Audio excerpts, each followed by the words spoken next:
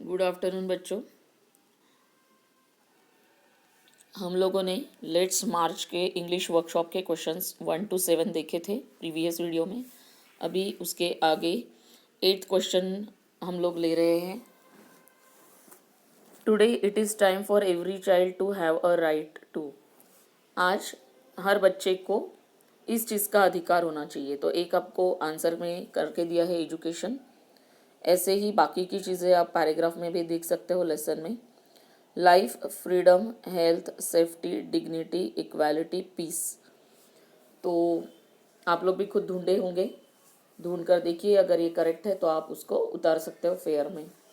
Question number 9 में make a list of Indian Nobel laureates. तो ऐसे इंडियंस के नाम जिनको नोबेल प्राइज़ मिले हैं आपके सामने लिस्ट है। रविंद्रनाथ टैगोर, सीवी रमन, मदर टेरेसा, अमर्त्य सेन, वेंकट रमन, और भी बहुत सारे इंडियंस के नाम हैं। आप लोग इसके सिवा भी और नाम लिख सकते हो। ये नाम मैंने इसलिए दिए हैं आप लोगों को कि इसके स्पेलिंग जो है वो आसानी से आप लिख पाओगे। ये पर्सनल रिस्पॉन्स क्वेश्चन के लिए इस तरह के क्वेश्चन पूछे जाते हैं, और इसके बाद का भी जो क्वेश्चन है वो भी पर्सनल रिस्पॉन्स के लिए बहुत महत्वपूर्ण है। Make a list of prestigious awards in India. India में मिलने वाले प्रेस्टिजियस अवार्ड्स।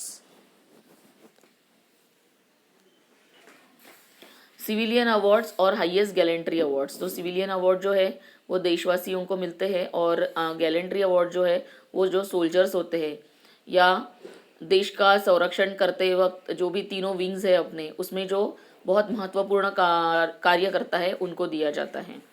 तो यहाँ पे सिविलियन अवार्ड्स में एक आपको दिया है भारत रत्न, फिर है पद्म विभूषण, दूसरा है पद्म भूषण, और एक है पद्मश्री। तो इस तरह के सिविलियन प्रेस्टिजियस अवार्ड्स है।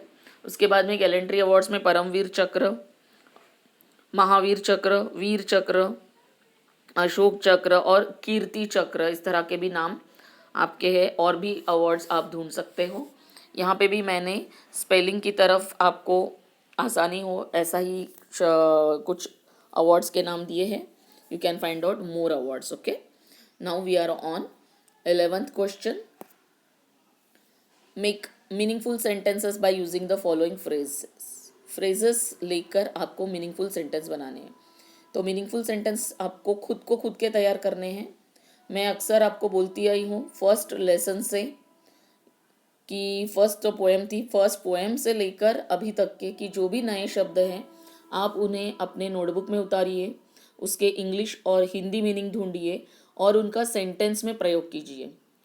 You must frame your own sentences so that the words will become old and you may know the words very well. आपको उन वर्ड्स का मीनिंग भी बहुत अच्छे से समझ में आता है। ये जो नए शब्द होते हैं बच्चों, ये आपको अक्सर हेल्प करते हैं जब आपका राइटिंग स्किल का क्वेश्चन आता है।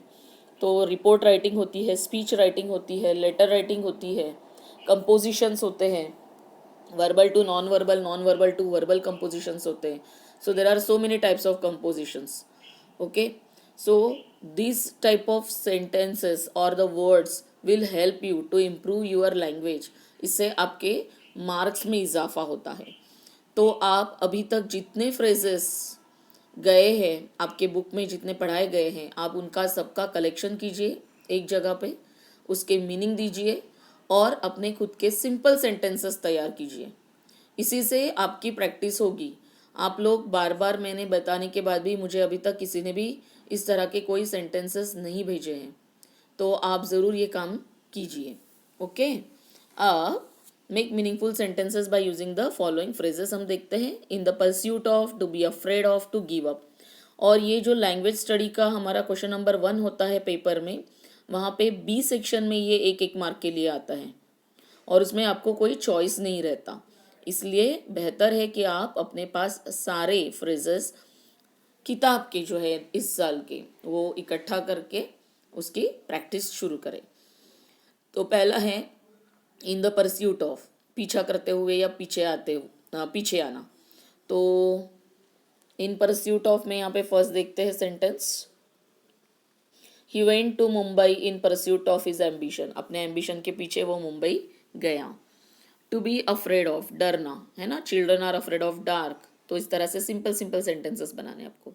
टू गिव अप, छोड़ देना। We must never give up our efforts, हमने हमारे एफर्ट्स कभी छोड़ने नहीं चाहिए। So in this way you can make your own easy sentences so that you will get the marks. Now the 12th question is also very important and very easy also. This also comes for question 1 language study in A section. Write minimum 5 hidden words of more than 4 letters from intergovernmental. तो वहाँ पे इसी तरह से एक बड़ा सा word दिया जाता है और आपको 3 लेटर्स यूज करके कम से कम 4 वर्ड्स उसके बनाने होते हैं। ठीक है, यहाँ पे उन्होंने थोड़ा सा बढ़ा दिया है, इसका 5 वर्ड्स ढूंढने हैं, 4 लेटर्स के ऊपर आपको वो देखने हैं। तो आपको मोस्टली प्रैक्टिस जो करनी है वो 3 लेटर्स के वर्ड्स की जो मीनिंगफुल हो। ऐसा नहीं कि कोई भी ABCD लिख दिया, XYZ लिख दिया, ऐसा नहीं, उसका मीनिंग होना चाहिए। तो वो जो वर्ड दिया रहता है बड़ा, उसमें से वो वर्ड निकालना आपको जमना चाहिए। जैसे TO2 नहीं चलेगा पर TEN10 चलेगा, NET नेट चलेगा। तो ये जो है ये स्पेलिंग देखकर उसमें कौन से लेटर्स आए हैं उस अनुसार आप दूसरे लेटर्स यूज करके मीनिंगफुल वर्ड्स बनाएंगे और लेटर डबल भी आप ले सकते हो। ठीक है, तो अभी देखते हैं, मैंने कुछ आपके लिए बनाए हैं, आप और एक्स्ट्रा भी बनाइए। एक पहला है टारगेट, दूसरा है गवर्नमेंट, मेंटल और voter. You can make more words. Now question number 13 जो है वो स्पीच राइटिंग है। तो हम लोग जब राइटिंग स्किल लेंगे तब हम लोग ये स्पीच राइटिंग लेते हैं। तो अब 14 नंबर के क्वेश्चन पे आ जाइए।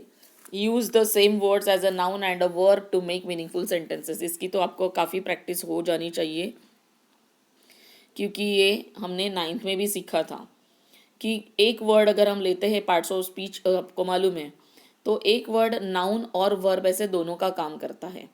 ठीक है, तो यहाँ पे भी आपको ऐसा ही नाउन और वर्ब का सेंटेंसेस बनाने हैं। तो फर्स्ट देख लीजिए मार्च। अब मार्च जो है ये मंथ है ना, तो अगर मंथ है तो ये नाउन में आता है। लेकिन इस लेसन का नाम जो है लेट्स मार्च, उसमें आपको समझ में आया कि मार्च का मतलब है आगे बढ़ो, यानी चलो, बढ़ने की एक्शन हो रही है, तो ये वर्ब भी कहलाता है। तो हम वर्ब के हिसाब से किस तरह से इस मार्च को नाम कहाँ पे कौन से स्थान पे डालेंगे वो देखिए, और अगर हम उसे नाउन करके समझते हैं तो किस तरह से आता है वाक्य वो देखिए। आप लोगों को सेंटेंसेस लिखने के वक्त बताया था कि वर्ब का स्थान जो है वो अक्सर सब्जेक्ट के बाद आता है और नाउन समझना तो बहुत आसान है, ऑब्जेक्ट या सब्जेक्ट की जगह पे ये नाउन लिया जाता है। ठीक है, तो देखिए मैंने वर्ब नाउन करके दिया है, पर मुझे नहीं लगता कि मुझे ये बताना चाहिए आप लोगों को। आप यहाँ पे देख सकते हो, लेकिन आपको पहचानना आना चाहिए बच्चों कि ये वर्ड जो है वो वर्ब करके लिया है वाक्य में या नाउन। तो first, let's March towards hope. तो लेट्स मार्च टूवर्ड्स होप, चलो आगे बढ़ते हैं होप की तरफ। तो यहाँ पे पता चल जाता है कि ये मार्च क्या है। अब नेक्स्ट है Holi comes in March month. Holi March महीने में आती है, तो यहाँ पे मार्च क्या है। आगे बढ़ते हैं honour, it is my honour, ये मेरा सम्मान है सम्मान। तो अब ये ऑनर सम्मान क्या है समझ में आता है। Life honours his friend,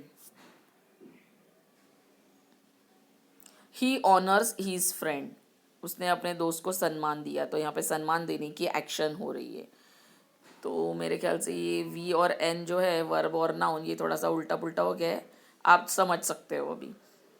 now next है क्रेडिट, श्रेय देना, किसी को अपने काम का श्रेय देना, या किसी ने अपने लिए कुछ काम किया है तो उसको श्रेय देना, इट्स लाइक दैट।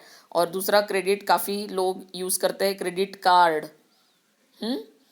तो देखो समझ में आता है कि आपको, money was credited in my account, she gives me credit of her success. तो नाउन कहाँ पे, वर्ब कहाँ है, समझ में आता है आप लोगों को। फिर है लास्ट टीच, यानी टाका।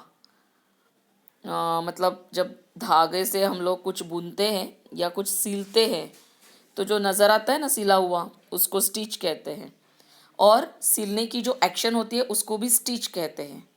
ओके, तो दोनों है, नाउन भी है वर्ब भी है. अब देखते हैं आपको समझ में आता है क्या. She stitch new dress. ठीक है, she stitched new dress. One stitch in right time is good for future. Right time पे सही टाका लगाने से फ्यूचर में अच्छा होता है. जैसे एक आधा कपड़ा अगर आपका थोड़ा फट गया और आपने तुरंत उसको स्टिच कर दिया, सिल लिया या फिर स्टिच लगा दिया, तो आगे वो और नहीं फटता है. ओके, तो इन this way you can understand what is noun here and what is verb. So I hope you understand these questions and answers also. Write down them in your fair notebook and send it to me in on my WhatsApp number. And my next video will be from the same lesson, and that will be language study. Okay, good day.